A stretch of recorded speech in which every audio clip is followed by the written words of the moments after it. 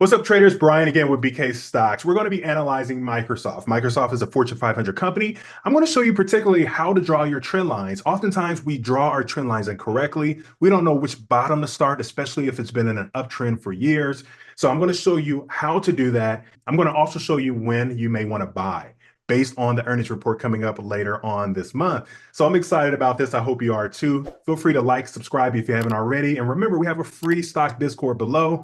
Brand new. We're just trying to get it ramped up. If you're interested in investing, learning about stocks, ETFs, or index, let me know. You can join our Discord below. In the meantime, let's go ahead and analyze Microsoft.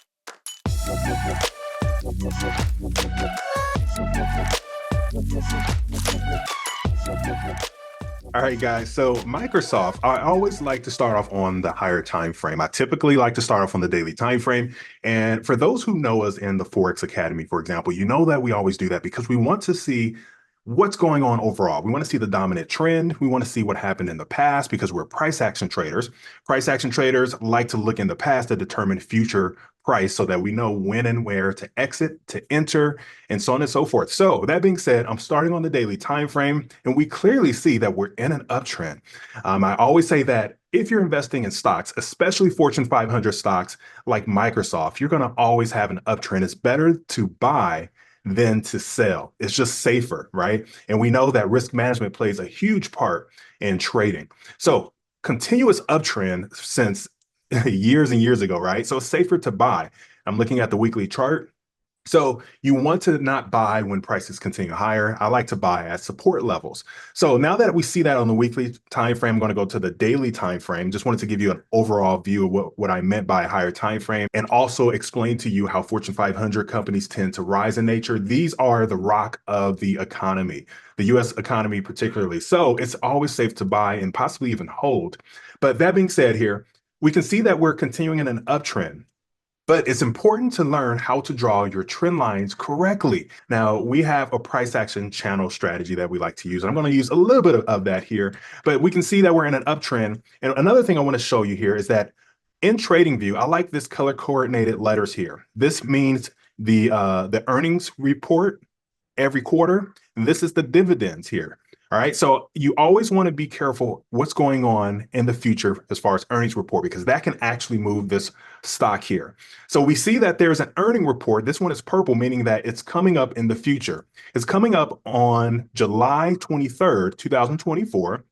The previous one was on April 25th, 2024. So every quarter we have an earnings report.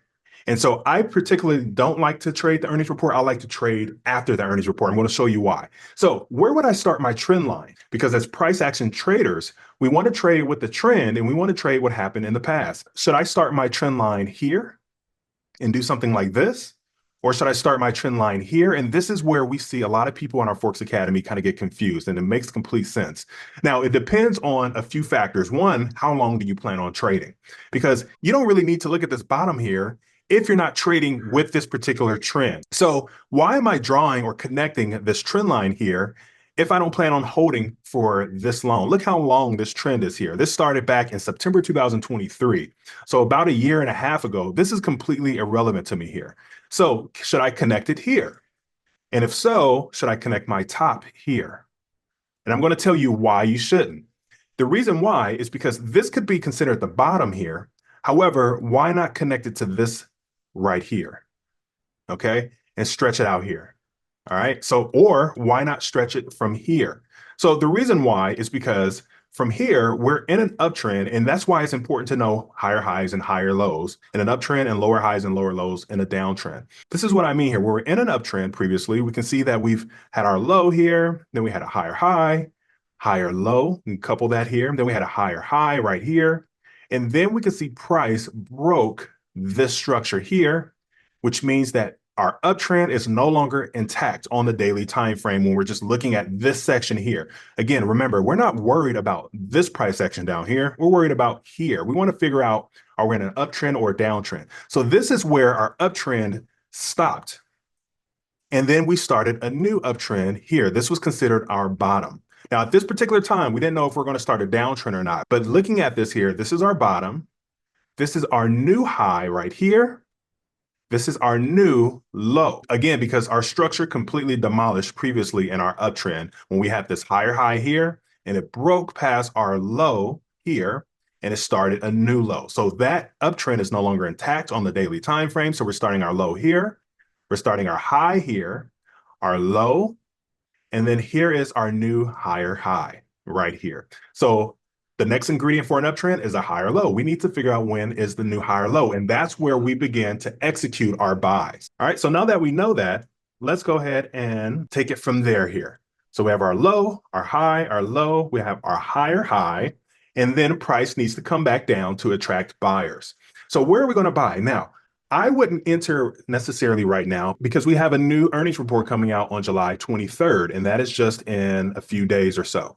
So I wouldn't get in now because remember, the earnings report can, if it's good, it's going to shoot it up. If it's bad, more than likely price is going to head down. Now, I believe this earnings report is designed to bring in more buyers. Now, I can talk about how I believe earnings report are manipulated so traders can react and sell or buy, but I'm not going to go too deep into that. But I do believe it's time to sell. Today is July 9th. So we have a few days for the 23rd. Now, price can come down until the 23rd and do something like this here, right? And then once the 23rd comes, then it could be a good report and buy. It'll be perfect right off of this trend line. And then it'll be perfect right off of this resistance level or this high here, this new high that we marked.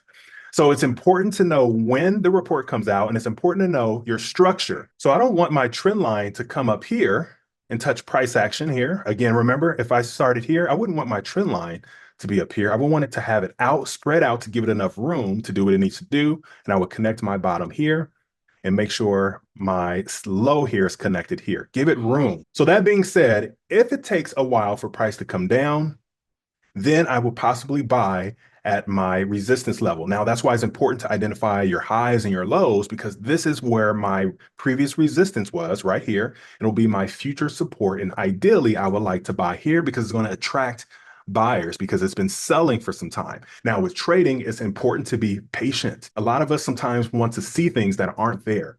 So I may not even take this trade until after the earnings report. So if I know price is here, I know that the earnings report more than likely will be positive, or I would wait till after the earnings report happened, wait for it to settle and then execute. This is what I mean by that. This was our previous earnings report right here where this E is. It's green, which tells us that it was positive. They had nice profits here. And so look, we can see right above it, we have a white candle in my case here, which is considered a buy. We have buyers coming in and it shot pretty good. So if I get my measuring tool from here to here, and we had a gap up, a nice 6.2% to the upside. That is pretty significant. And then guess what? The day after it started dropping, the day after that, dropping and dropping more. And it came back to retest where the earnings report started.